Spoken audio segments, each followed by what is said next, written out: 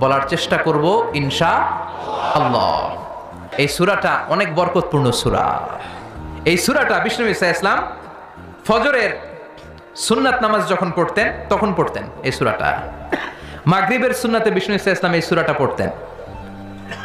আবার যারা হজ উমরা করেছেন তাওয়াফের পরে 2 রাকাত নামাজ পড়া সুন্নাহ, ওই 2 রাকাত নামাজের দ্বিতীয় রাকাতে বিশ্বনবী এই সূরাটা পড়তেন। তাওয়াফের পরে 2 রাকাত পড়তে হয়, এই 2 রাকাত সালাতের দ্বিতীয় রাকাতে বিশ্বনবী এই সূরাতুল ইখলাস পড়তেন। সুবহানাল্লাহ পড়ুন। আবার বিতিরের সালাতের শেষের রাকাতে পড়তেন। আল্লাহু আকবার। তাহলে আমরা পেলাম ফজরের 2 রাকাত সুন্নতে বিশ্বনবী সূরাতুল ইখলাস পড়তেন, মাগরিবের 2 রাকাত সুন্নাতে বিশ্বনবী সূরাতুল ইখলাস পড়তেন। তাওয়াফের পরে যে 2 রাকাত নামাজ পড়তে হয় তার দ্বিতীয় রাকাতে সূরাতুল ইখলাস পড়তেন।